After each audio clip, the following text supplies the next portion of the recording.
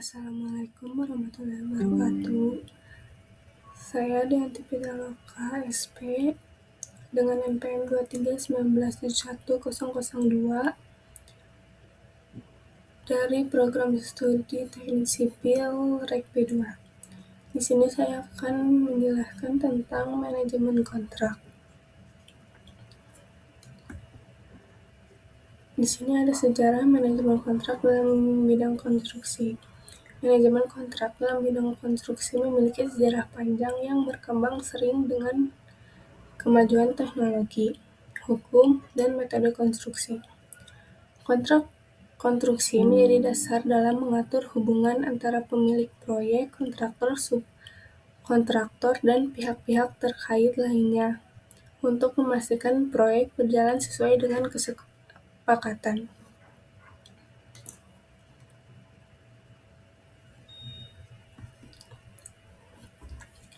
Mengapa manajemen kontrak penting dalam proyek konstruksi?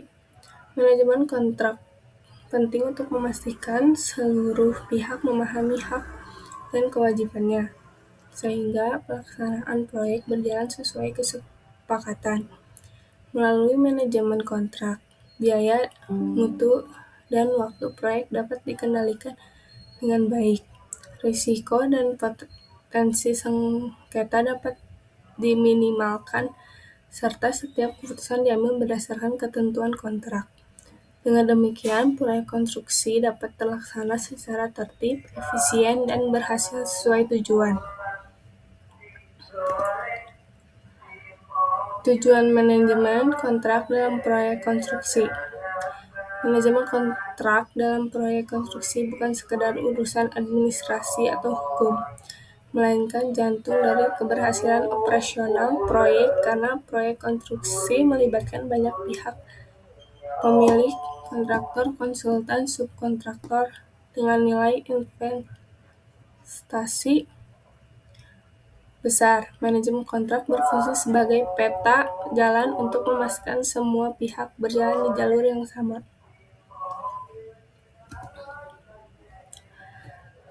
Peran manajemen kontrak dalam proyek konstruksi. Peran manajemen kontrak atau MC dalam proyek konstruksi sangat luas dan mencakup semua aspek proyek mulai dari legalitas hingga operasional. MC berfungsi sebagai jembatan antara kebutuhan teknis, anggaran, dan persyaratan hukum.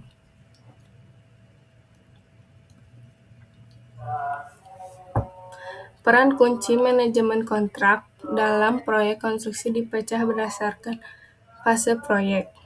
Yang pertama, fase prakontrak, pengadaan, dan perencanaan. Isinya ada menentukan strategi kontrak, menyusun dan meninjau dokumen tender, negosiasi kontrak. Yang kedua, ada fase pelaksanaan kontrak atau eksekusi proyek. Isinya ada administrasi kontrak sehari-hari, manajemen kinerja dan kepatuhan, manajemen keuangan dan pembayaran, mengelola perubahan change management. Yang ketiga, ada fase pasca kontrak atau penutupan dan pasca penyelesaian. Isinya ada mengelola klaim dan sengketa, penutupan proyek formal, administrasi masa garansi, defect liability period,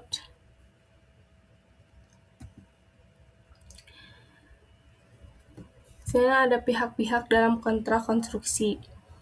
Dalam kontrak konstruksi terdapat beberapa pihak yang saling berkaitan. Pihak utama adalah pemilik proyek atau owner, yaitu pihak yang menyediakan dan menentukan kebutuhan pembangunan. Selanjutnya ada kontraktor yang bertugas melaksanakan pekerjaan konstruksi di lapangan sesuai dengan kontrak. Selain itu, terdapat konsultan perencana yang menyusun desain dan perencanaan proyek, serta konsultan pengawas yang mengawasi pelaksanaan pekerjaan agar sesuai dengan mutu, waktu, dan biaya yang disepakati.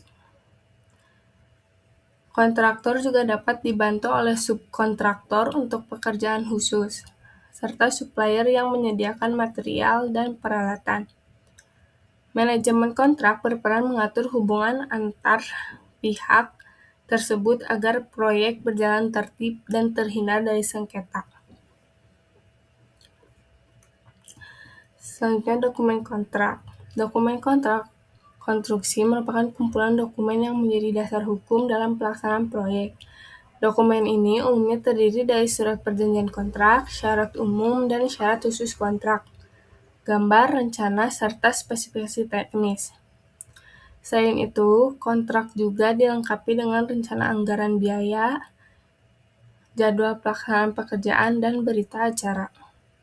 Seluruh dokumen tersebut saling berkaitan dan digunakan sebagai pedoman dalam pelaksanaan, pengawasan, pembayaran, serta penyelesaian sengketa apabila terjadi permasalahan selama proyek berlangsung. Selanjutnya ada jenis kontrak konstruksi. Yang pertama ada lump sum, yaitu harga tetap. Harga satuan berdasarkan volume pekerjaan. Desain dan build, satu pihak merancang dan membangun. Tahapan manajemen kontrak. Tahap pertama adalah perencanaan kontrak yang meliputi penyusunan dokumen kontrak, penentuan jenis kontrak, dan pembagian risiko. Tahap kedua adalah pelaksanaan kontrak, yaitu penerapan isi kontrak dalam kegiatan konstruksi di lapangan. Selanjutnya dilakukan pengendalian kontrak untuk memastikan pekerjaan berjalan sesuai waktu, biaya, dan mutu yang telah disepakati. Tahap terakhir adalah penutupan kontrak, yang dilakukan setelah pekerjaan selesai dan seluruh hak serta kewajiban para pihak telah dipenuhi.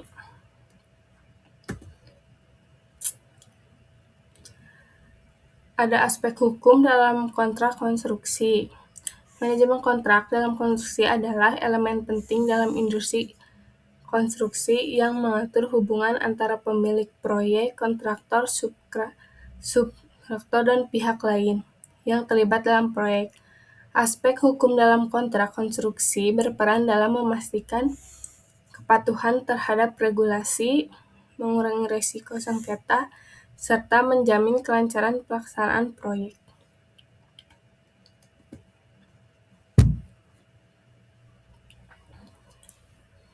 Teori hukum dalam kontrak konstruksi. Teori kontrak sosial. Social Contract Theory, Jean-Jacques Rousseau. Kontrak dalam konstruksi adalah perjanjian sosial yang mengikat para pihak dalam hubungan hukum yang adil. Teori perikatan. Obligation Theory. Teori dari Friedrich Carl von Savigny. Kontrak menciptakan hubungan hukum berupa perikatan yang mengikat para pihak untuk memenuhi kewajiban yang disepakati. Teori risiko.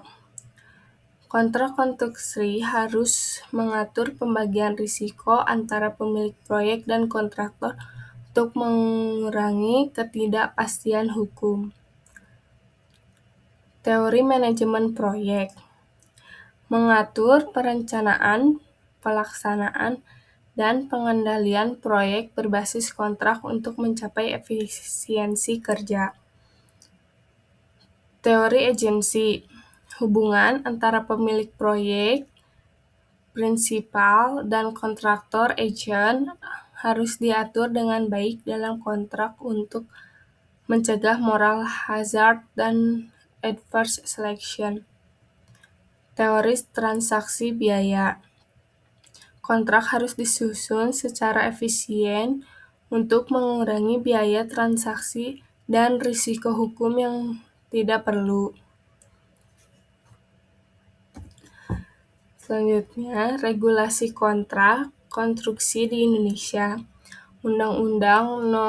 2 Tahun 2017 tentang jasa konstruksi mengatur hubungan hukum antara pengguna jasa dan penyedia jasa konstruksi. Peraturan Pemerintah Nomor 22 Tahun 2020 mengatur penyelenggaraan jasa konstruksi yang melibatkan pemerintah dan swasta. Peraturan Menteri PUPR Nomor 14 Tahun 2020 mengatur standar dokumen kontrak konstruksi untuk proyek yang dibiayai oleh APBN dan APBD.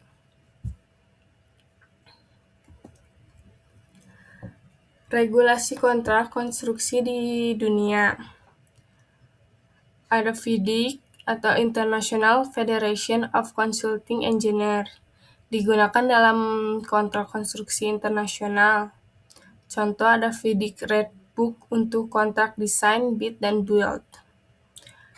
American Institute of Architects, digunakan dalam proyek konstruksi di Amerika Serikat. Ada pula Joint Contract Tribunal atau JCT, digunakan untuk proyek konstruksi di Inggris.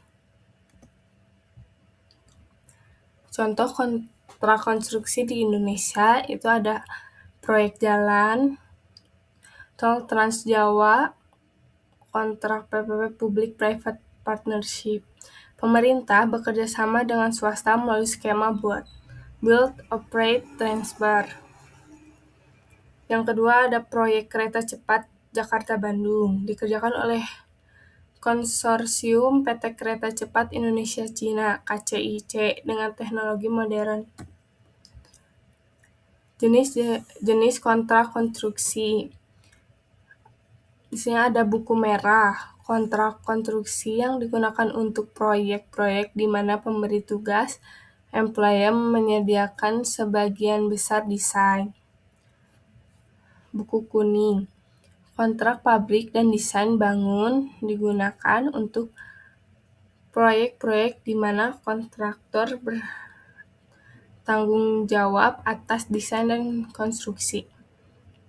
Buku perak, kontrak EPC atau turnkey di mana kontraktor bertanggung jawab penuh atas desain, pengadaan, dan konstruksi.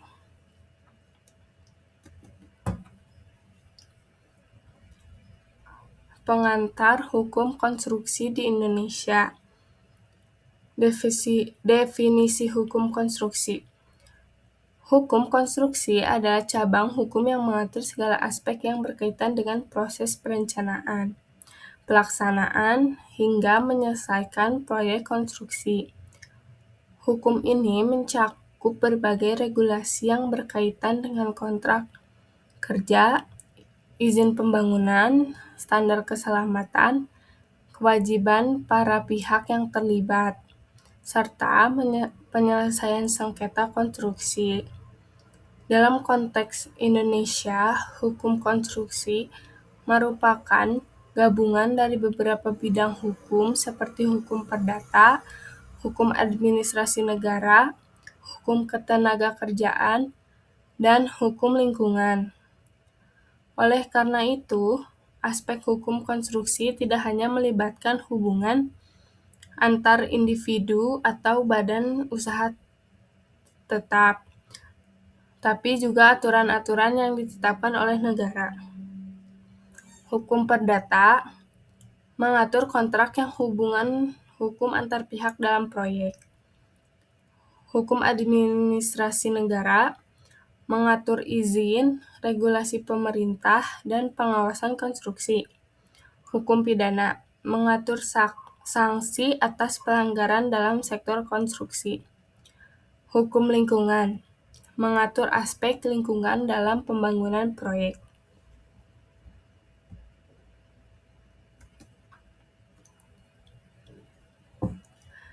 Dasar hukum dan peraturan yang mengatur konstruksi di Indonesia.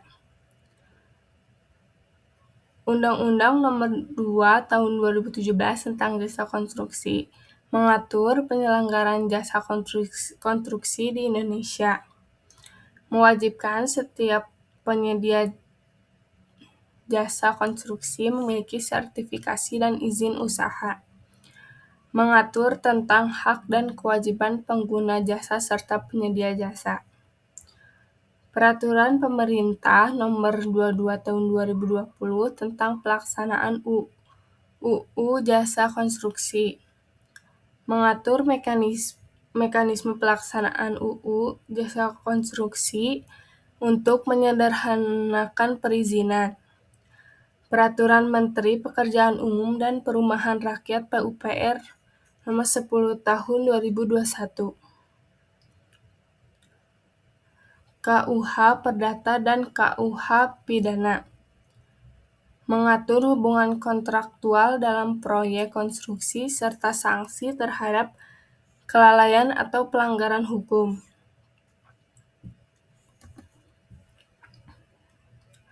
Dasar hukum dan peraturan yang mengatur konstruksi di Indonesia. Undang-Undang Nomor 28 Tahun 2002 tentang bangunan gedung.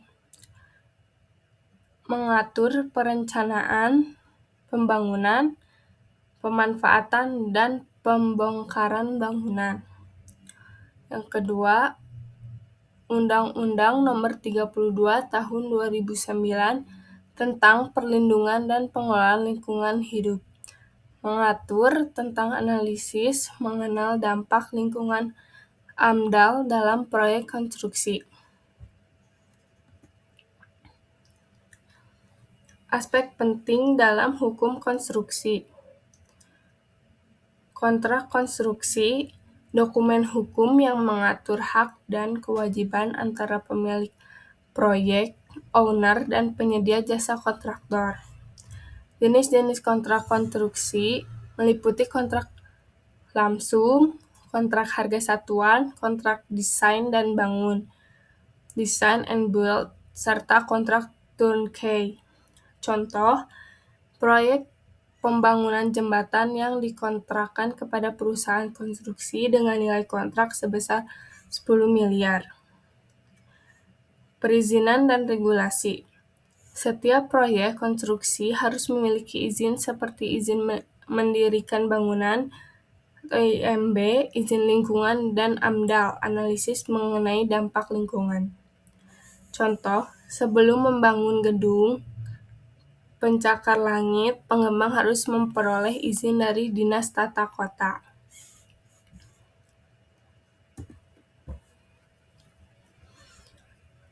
Aspek penting dalam hukum konstruksi. Keselamatan dan kesehatan kerja K3 konstruksi. Mengacu pada standar keselamatan dalam proyek konstruksi untuk mengurangi risiko kecelakaan kerja. Contoh, penggunaan alat pelindung diri atau APD oleh pekerja di lokasi pembangunan. Sengketa konstruksi dan penyelesaiannya. Kasusnya ada keterlambatan pembangunan jalan tol. Sebuah perusahaan konstruksi memenangkan tender pembangunan jalan tol dengan tenggat waktu 24 bulan, namun karena kendala teknis dan keterlambatan pembayaran dari pemerintah, proyek tidak selesai tepat waktu. Akibatnya, pemerintah mengenakan denda keterlambatan sesuai dengan ketentuan kontrak. Sengketa konstruksi dan penyelesaiannya. Sengketa dalam konstruksi dapat disebabkan oleh keterlambatan proyek, perubahan desain, atau pelanggaran kontrak. Penyelesaian sengketa dapat dilakukan melalui negosiasi, mediasi, arbitrase, atau jalur pengadilan. Negosiasi. Penyelesaian langsung antara para pihak. Mediasi. Pihak ketiga membantu mencari solusi. Arbitrase, sengketa diselesaikan oleh arbiter yang keputusannya mengikat. Pengadilan, Jika tidak ada solusi lain, sengketa dibawa ke pengadilan. Contoh, kontraktor menggugat pemilik proyek karena pembayaran tidak dilakukan sesuai kesepakatan kontrak. Penggunaan teknologi dalam konstruksi dan konsultasi. Saat ini, teknologi memainkan peran besar dalam meningkatkan efisiensi dan akurasi dalam pengadaan pekerjaan konstruksi dan jasa konsultansi seperti Building Information Modeling atau BIM, teknologi pemodelan digital untuk merancang, membangun, dan mengelola proyek konstruksi secara lebih efisien. Drones dan GIS Geographic Information System digunakan untuk survei lahan dan pemantauan proyek secara real-time. Sistem e-procurement memungkinkan proses lelang dilakukan secara online untuk meningkatkan transparansi dan efisiensi. Internet of Things digunakan untuk pemantauan peralatan konstruksi dan keamanan proyek secara otomatis. Etika dan transparansi dalam pengadaan konstruksi. Agar pengadaan berjalan dengan adil atau akuntabel, diperlukan prinsip-prinsip berikut. Ada transparansi, semua proses harus terbuka dan dapat diaudit. Kompetisi yang sehat, tidak ada monopoli atau pengaturan tender yang merugikan. Akuntabilitas, semua pihak bertanggung jawab atas keputusan dan tindakan mereka. Anti korupsi, menghindari praktik suap, kolusi, dan nepotisme dalam pengadaan. Metode pemilihan penyedia jasa, konstruksi, dan konsultasi. Untuk pekerjaan konstruksi, tender umum, metode kompetitif terbuka bagi semua penyedia jasa yang memenuhi syarat. Tender terbatas, hanya penyedia jasa tertentu yang diundang, biasanya untuk proyek kompleks. Seleksi langsung, digunakan untuk pekerjaan dengan nilai kontrak tertentu atau kondisi khusus. Penunjukan langsung, dilakukan dalam keadaan darurat atau untuk penyedia jasa yang memiliki hak eksklusif. Untuk jasa konsultasi konstruksi, seleksi umum dilakukan secara terbuka dengan kriteria evaluasi teknis dan finansial. Seleksi terbatas, hanya mengundang konsultan yang sudah memiliki pengalaman dan rekam jejak tertentu. Seleksi langsung, untuk jasa konsultansi dengan nilai kecil atau bersifat unik dan spesifik. Penunjukan langsung, digunakan dalam kondisi tertentu, misalnya untuk konsultan yang telah memiliki keterlibatan khusus dalam proyek sebelumnya. Pemilihan metode ini harus sesuai dengan peraturan yang berlaku untuk menjaga transparansi dan persaingan yang sehat. Sumber pendanaan dalam pekerjaan konstruksi. Setiap proyek konstruksi membutuhkan pendanaan yang jelas.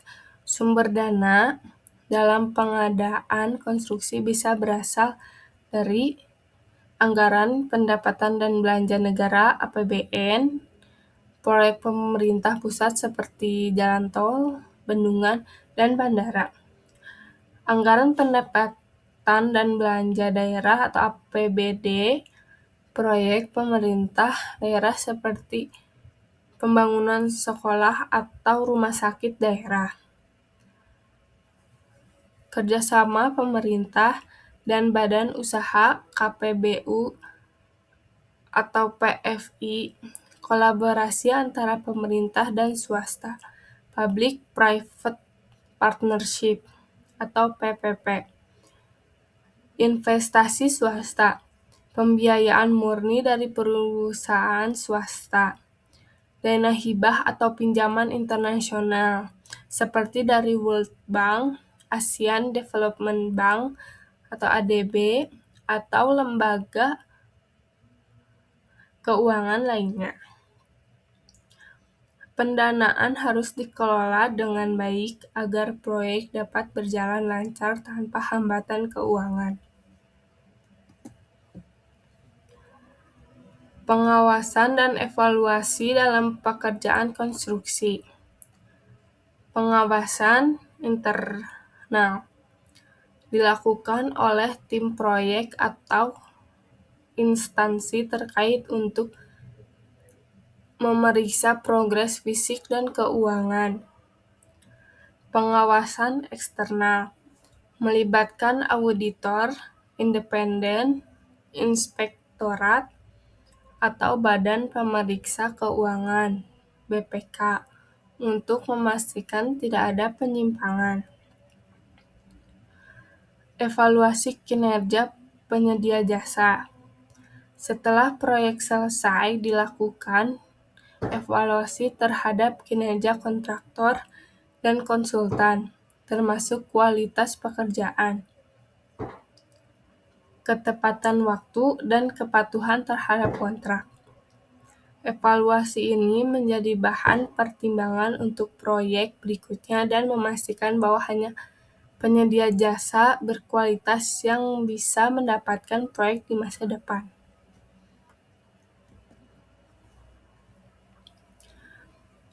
Manajemen risiko dalam proyek.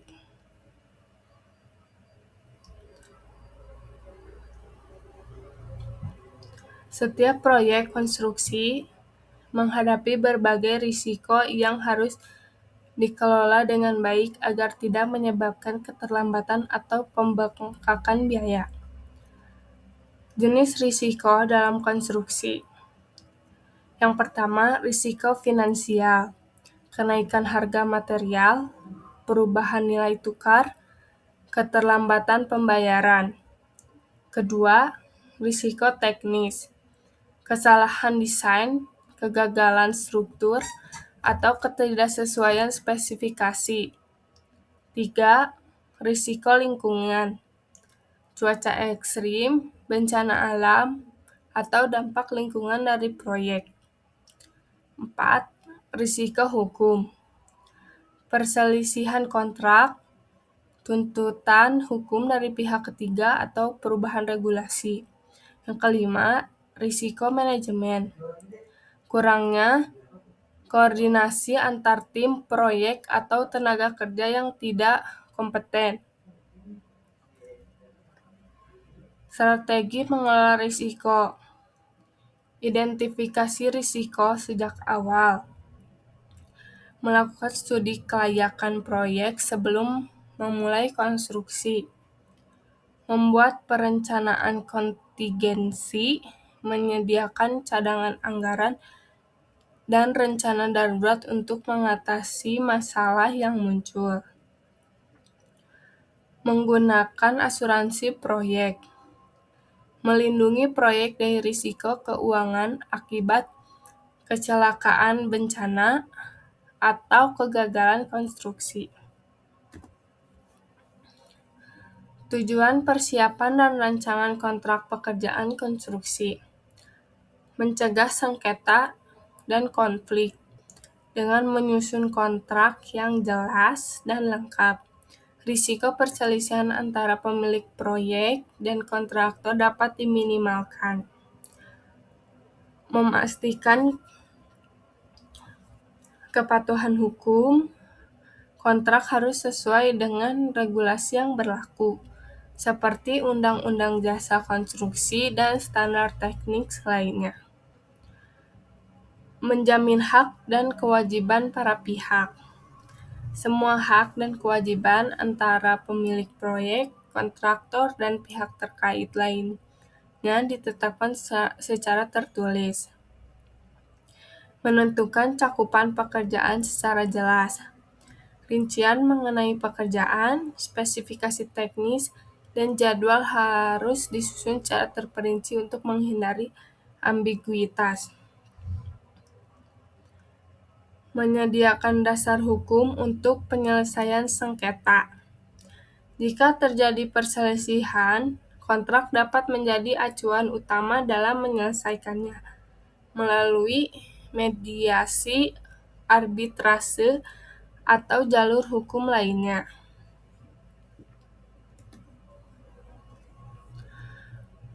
Contoh persiapan dan rancangan kontrak pekerjaan konstruksi. Misalkan, sebuah proyek pembangunan gedung perkantoran akan dilaksanakan. Berikut adalah langkah-langkah persiapan kontraknya. Identifikasi kebutuhan dan lingkup proyek. Menentukan jenis bangunan, luas area, jumlah lantai, dan kebutuhan spesifik lainnya. Penunjukan tim penyusun kontrak. Tim ini terdiri dari pemilik proyek, konsultan hukum, konsultan teknik, dan tim pengadaan. Pemilihan kontraktor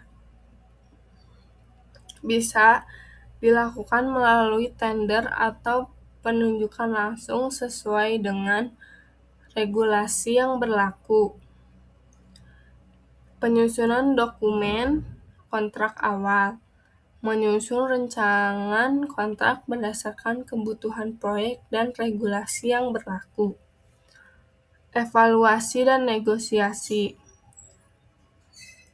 Semua pihak yang terlibat dalam proyek melakukan peninjauan dan negosiasi sebelum kontrak final ditandatangani. Dokumen pendukung dalam kontrak konstruksi. Gambar teknik engineering drawing berisi rencana arsitektur, struktur, mekanikal, elektrikal, dan lainnya yang menjadi dasar pembangunan. Spesifikasi teknis, rincian material dan metode kerja yang digunakan dalam proyek. Rencana anggaran biaya atau RAB, perhitungan biaya konstruksi yang mencakup bahan, tenaga kerja, alat, dan biaya lainnya. Jadwal pelaksanaan, time schedule, waktu pengerjaan proyek termasuk tahapan utama dan batas waktu penyelesaian. Jaminan dan asuransi, seperti jaminan pelaksanaan, jaminan uang muka, dan asuransi pekerjaan konstruksi untuk perlindungan terhadap risiko yang mungkin terjadi. Berita acara serah terima pekerjaan atau BASTP, dokumen resmi yang menyatakan bahwa pekerjaan telah selesai dan diserah terimakan kepada pemilik proyek.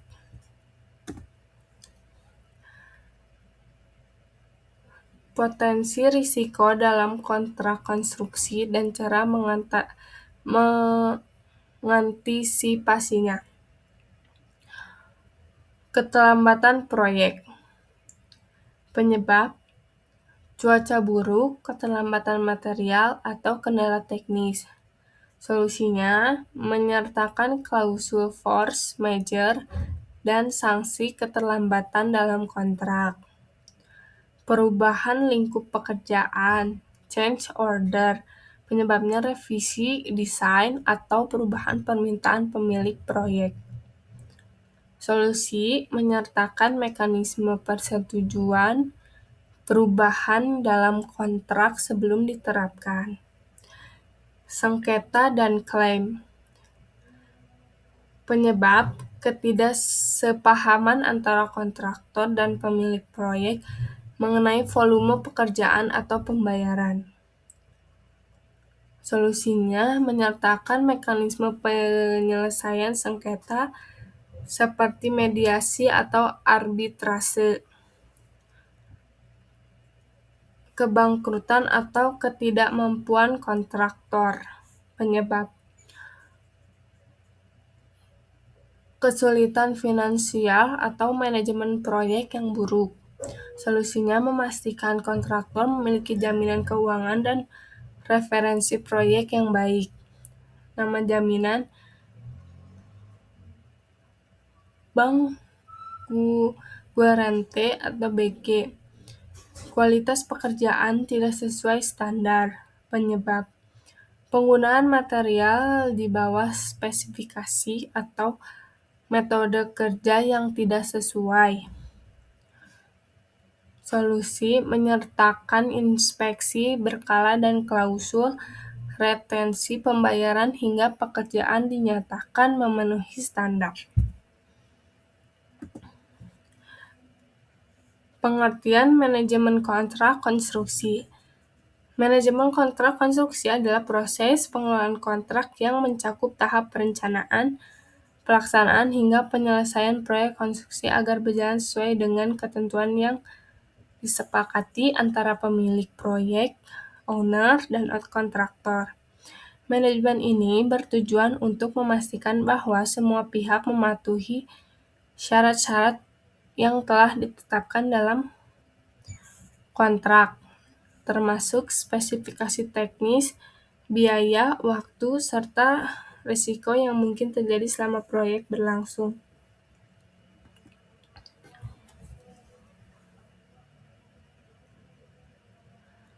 Landasan teori manajemen kontrak konstruksi. Teori manajemen proyek mengacu pada prinsip-prinsip seperti perencanaan, pengorganisasian, pelaksanaan, pengendalian, dan penyelesaian proyek dengan efisien.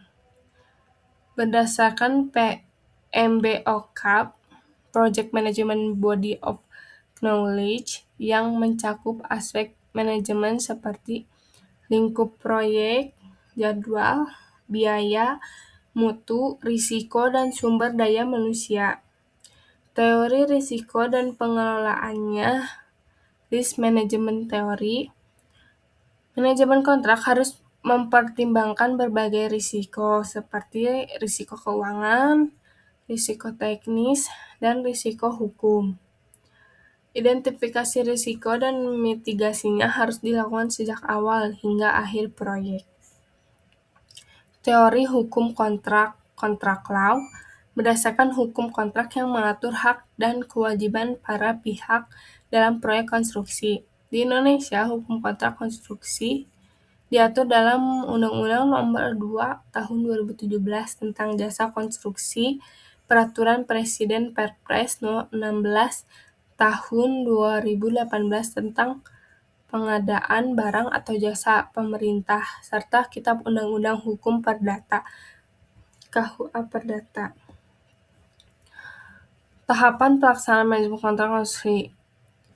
Tahap perencanaan kontrak, identifikasi kebutuhan proyek seperti ruang lingkup, anggaran, dan sumber daya yang dibutuhkan. Pemilihan jenis kontrak yang sesuai, kontrak langsung, kontrak harga satuan, kontrak cost plus, atau kontrak turnkey. Penyusunan dokumen kontrak, termasuk spesifikasi teknis, jadwal pelaksanaan, dan klausul hukum. Tahap pelaksanaan kontrak, pengelolaan perubahan kontrak, variation order, jika ada perubahan desain atau spesifikasi teknis, monitoring dan evaluasi proyek berdasarkan ketentuan dalam kontrak, seperti pencapaian progres pekerjaan standar mutu dan kendala di lapangan. Manajemen komunikasi antara pihak-pihak terkait seperti pemilik proyek, kontraktor, subkontraktor, dan konsultan pengawas. Tahap penyelesaian kontrak, finalisasi pekerjaan dan serah terima proyek handover kepada pemilik. Penyelesaian administrasi kontrak, termasuk pembayaran akhir dan penyelesaian sengketa jika ada. Evaluasi proyek untuk perbaikan sistem manajemen kontrak pada proyek berikutnya. Penerapan manajemen kontrak konstruksi. Manajemen kontrak dalam konstruksi diterapkan di berbagai proyek baik skala kecil maupun besar. Beberapa aspek utama dalam penerapannya meliputi dokumentasi yang lengkap dan jelas. Setiap aspek proyek harus terdokumentasi dengan baik, termasuk perjanjian tertulis, perubahan kontrak, dan laporan kemajuan proyek. Sistem pengawasan yang efektif. Penggunaan teknologi seperti Building Information Modeling atau BIM dan perangkat lunak manajemen proyek dapat meningkatkan efisiensi dalam monitoring pelaksanaan kontrak. Penerapan alternatif penyelesaian sengketa. Jika terjadi perselisihan, metode alternatif seperti mediasi, arbitrase, atau adjudikasi dapat diterapkan sebelum menempuh jalur litigasi di pengadilan. Manajemen kontrak konstruksi adalah elemen penting dalam keberhasilan proyek konstruksi dengan menerapkan prinsip-prinsip manajemen proyek, hukum, kontrak, dan manajemen risiko. Kontrak dapat dikelola dengan lebih efektif untuk mencapai keberhasilan proyek sesuai dengan target yang telah ditetapkan. Jenis-jenis kontrak pekerjaan konstruksi. Kontrak pekerjaan konstruksi ini ada pengertian dan jenis-jenisnya. Pengertian kontrak pekerjaan konstruksi. Kontrak pekerjaan konstruksi adalah perjanjian tertulis antara pemilik proyek, owner, dan kontraktor yang menetapkan hak dan kewajiban masing-masing pihak dalam pelaksanaan proyek konstruksi. Kontrak ini mencakup lingkup pekerjaan, metode pembayaran, jadwal, spesifikasi teknis, dan tanggung jawab hukum. Jenis-jenis kontrak pekerjaan konstruksi. Kontrak berdasarkan standar pemerintah. Kontrak yang mengikuti regulasi dan standar pemerintah biasanya digunakan dalam proyek yang dibiayai oleh negara. Contohnya, kontrak standar dari Kementerian Pekerjaan Umum dan Perumahan Rakyat (PUPR) di Indonesia. Misalnya, Peraturan Menteri PUPR Nomor 14 LPRT M 2020. Kontrak EPC Engineering, Procurement, and Construction dalam proyek infrastruktur pemerintah seperti jalan tol, bendungan, dan pelabuhan. Jenis-jenis kontrak pekerjaan konstruksi. Kontrak FIDIC, International Federation of Consulting Engineers. FIDIC menyediakan standar kontrak yang banyak digunakan dalam proyek internasional. Beberapa jenisnya Red Book, kontrak desain oleh pemilik, kontraktor hanya melaksanakan konstruksi. Contoh proyek Jembatan Suramadu karena desainnya dikerjakan oleh pihak lain lalu dikonstruksi oleh kontraktor. Yellow Book, kontrak desain dan konstruksi dilakukan oleh kontraktor. Contoh proyek pembangkit listrik tenaga uap PLTU yang menggunakan skema EPC. Silver Book, kontrak untuk proyek turnkey, di mana kontraktor bertanggung jawab penuh hingga proyek siap digunakan. Contoh proyek Bandara Internasional Kertajati yang diserahkan dalam kondisi siap operasi. Jenis-jenis kontrak pekerjaan konstruksi. Kontrak cost plus fee, biaya ditambah keuntungan. Pemilik proyek menanggung seluruh biaya proyek ditambah dengan fee atau margin keuntungan untuk kontraktor.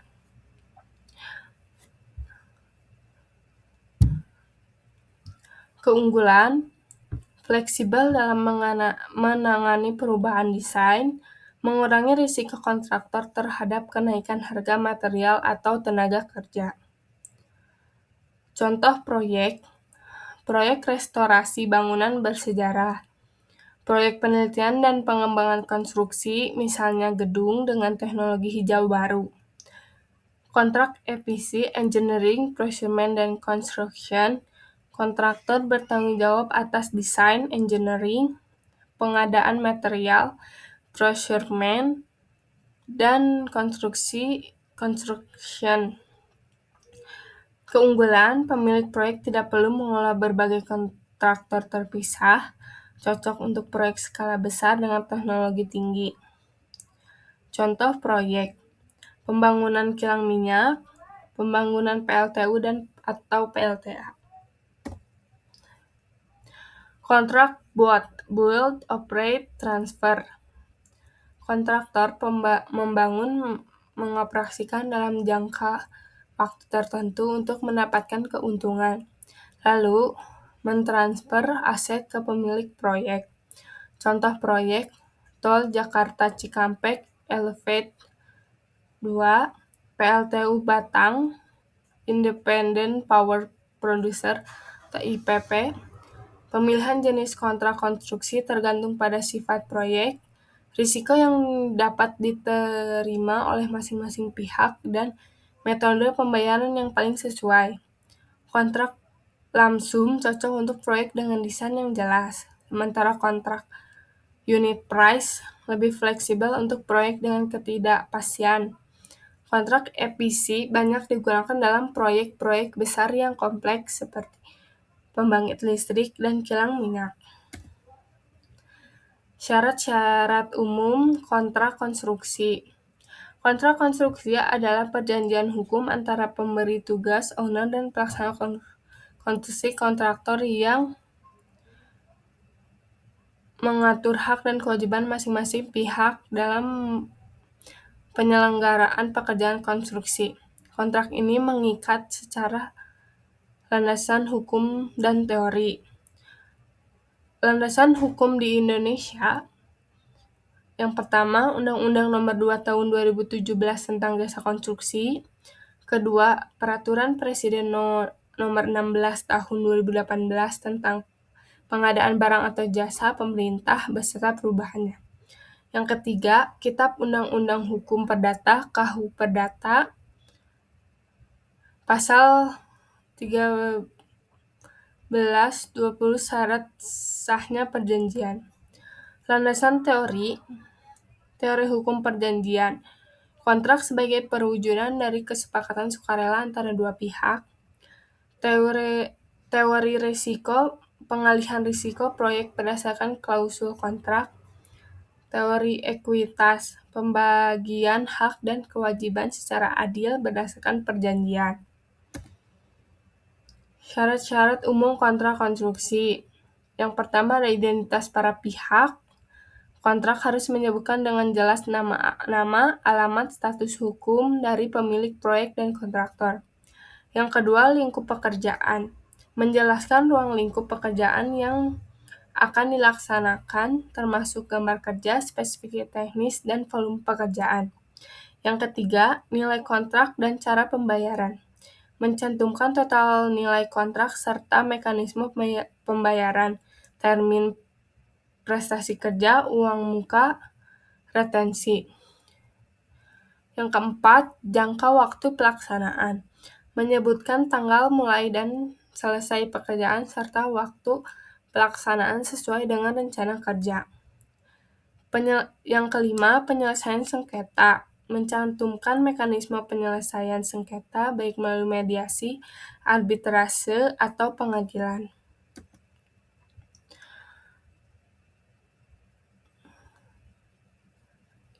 Syarat-syarat umum kontrak konstruksi. Hukum yang berlaku menyatakan hukum negara mana yang menjadi dasar interpretasi kontrak, biasanya hukum Indonesia untuk proyek lokal. Jaminan dan asuransi wajib mencantumkan jaminan pelaksanaan, jaminan uang muka, dan jaminan pemeliharaan serta perlindungan asuransi.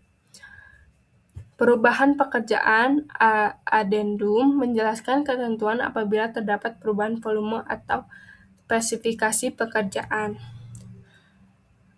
Ketentuan penalti denda keterlambatan mengatur besaran denda jika kontraktor terlambat menyelesaikan pekerjaan sesuai waktu yang disepakati. Force majeure, keadaan kahar, menjelaskan kondisi di luar kendali para pihak yang membebaskan dari tanggung jawab tertentu, misalnya bencana alam, perang, pandemi. Dokumen pendukung kontrak konstruksi, surat perjanjian kontrak (SPK), dokumen utama yang menyatakan kesepakatan kedua belah pihak, daftar kuantitas dan harga (Bill of Quantity), merinci volume pekerjaan dan harga satuannya. Spesifikasi teknis menjelaskan kualitas bahan, metode kerja, dan standar hasil yang harus dicapai. Gambar kerja shop drawing, gambar teknis yang menjadi dasar pelaksanaan konstruksi. Rencana kerja dan syarat-syarat, berisi metode pelaksanaan, jadwal kerja, dan ketentuan teknik lainnya. Surat jaminan, jaminan penawaran, jaminan pelaksanaan, jaminan uang muka, jaminan pemeliharaan. Syarat-syarat khusus kontrak konstruksi, yang pertama ada ruang lingkup pekerjaan, yang kedua waktu pelaksanaan dan jadwal, yang ketiga cara pembayaran, yang keempat mutu dan spesifikasi teknis.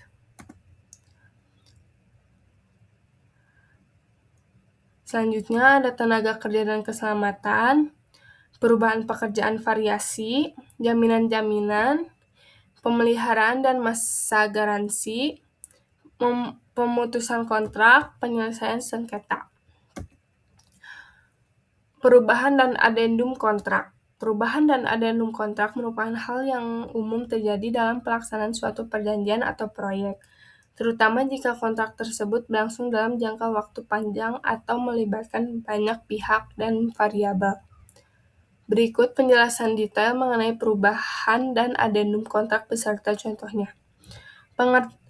Perubahan kontrak adalah modifikasi terhadap isi kontrak yang telah disepakati sebelumnya oleh para pihak, baik sebagian maupun seluruhnya. Perubahan ini bisa berupa perubahan ruang lingkup pekerjaan, perubahan harga, perubahan jadwal pelaksanaan, perubahan syarat pembayaran, perubahan tanggung jawab para pihak. Perubahan dapat terjadi karena berbagai alasan seperti kondisi lapangan yang berbeda dari perencanaan, force majeure, bencana alam, wabah, dan lain-lain. Perubahan regulasi pemerintah, permintaan tambahan dari pemberi kerja, kesalahan atau kekurangan dalam dokumen awal. Adendum kontrak adalah dokumen tertulis yang menjadi bagian dari kontrak utama dan digunakan untuk mencatat perubahan, penambahan, atau pengurangan ketentuan dalam kontrak tanpa harus menyusun ulang keseluruhan kontrak. Karakteristik adendum, yaitu tidak berdiri sendiri, melekat pada kontrak asli, harus disepakati dan ditandatangani oleh semua pihak terkait, memiliki kekuatan hukum yang sama dengan kontrak asli. Ini adalah perubahan dan adendum kontrak. Pemutusan kontrak dan pengakhiran kontrak. Pemutusan kontrak dan pengakhiran kontrak adalah dua konsep dalam hukum perjanjian yang sering disalahartikan, padahal keduanya memiliki perbedaan penting. Pemutusan kontrak, termination for breach. Pemutusan kontrak terjadi karena salah satu pihak melanggar isi perjanjian. Akibatnya, pihak yang dirugikan berhak mengakhiri kontrak secara sepihak dan mungkin menuntut ganti rugi. Contoh, Perusahaan A dan B sepakat dalam kontrak bahwa A akan mengirim barang setiap minggu. Namun A berhenti mengirim tanpa alasan yang sah. B berhak memutus kontrak karena A melanggar. Pengakhiran kontrak (termination by agreement). Pengakhiran kontrak terjadi karena kontrak berakhir dengan sendirinya.